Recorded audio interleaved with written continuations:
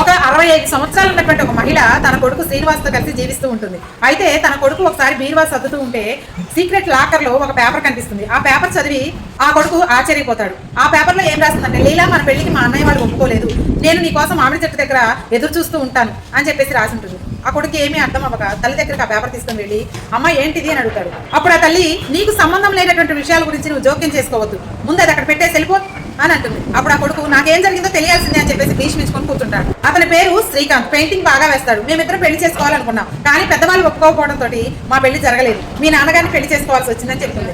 అప్పుడు తన కొడుకు ఇంకొక పేపర్ చూపించి ఇదేంటమ్మా అని అడుగుతాడు. అప్పుడు ఆ తల్లి కంగారు పడుతూ, ఏం నీకు బుద్ధుందా లేదా, అవన్నీ ఎందుకు తీస్తున్నావు అని గద్దాయిస్తుంది. వెంటనే తన కొడుకు నాకు నిజం చెప్పమ్మా అని చెప్పేసి కన్నీళ్ళు పెట్టుకుంటూ ఏడుస్తూ అడుగుతాడు. అప్పుడు ఆ తల్లి ఇలా చెప్తుంది, ఈ నిజం తెలుసుకున్నటువంటి మీ నాన్నగారు నిన్ను నేను భార్యగా మనస్ఫూర్తిగా స్వీకరించలేను అని చెప్పేసి నువ్వు అతని దగ్గరికి వెళ్ళిపో అని చెప్పేసి అతను రెండో పెళ్లి చేసుకుని హ్యాపీగా ఉన్నాడు. నేను నా ఒంటరితనాన్ని పోగొట్టుకోవడం కోసం నిన్ను అనాథాశ్రమం నుంచి తీసుకువచ్చి పెంచుకుంటున్నాను అని చెప్పేసి తల్లి ఏడుస్తూ చెప్తుంది. కానీ నువ్వు ఎప్పటికీ నా కొడుకువే అని చెప్పేసి ఏడుస్తూ తల్లి చెప్పే మాటలకి కొడుకు క్షమించమని కాళ్ళ మీద పడి క్షమాపణ కోరుకుంటాడు.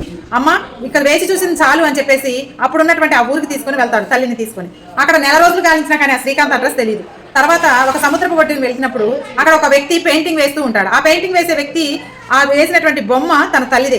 అప్పుడు అతని దగ్గరికి వెళ్ళి మీరు శ్రీకాంత్ అని అడుగుతాడు. అప్పుడు వెంటనే పక్కన ఉన్నటువంటి ఒక వ్యక్తి, సార్ అతను పిచ్చోడు సార్, ఎప్పటి నుంచో అదే బొమ్మలు వేస్తూ ఉంటాడు, అతనికి నానే వాళ్ళు ఎవరూ లేరు, రోడ్ల మీద తిరుగుతూ ఉంటాడు, సాయంత్రం కల్లా ఈ బొమ్మ వేస్తూ ఉంటాడు అని చెప్పేసి చెప్పగానే నిస్వార్థమైన ప్రేమ ఎలా ఉంటుందా అని కొడుకు ఆశ్చర్యపోతాడు. వెంటనే ఆ వ్యక్తి దగ్గరికి వెళ్ళి జరిగిందంతా చెప్పి మీకోసం లీలా అనే ఆమె అప్పటి నుంచి మీకోసం వెయిట్ చేస్తూనే ఉందని చెప్పేసి ఇద్దరిని ఒకటి చేస్తాడు.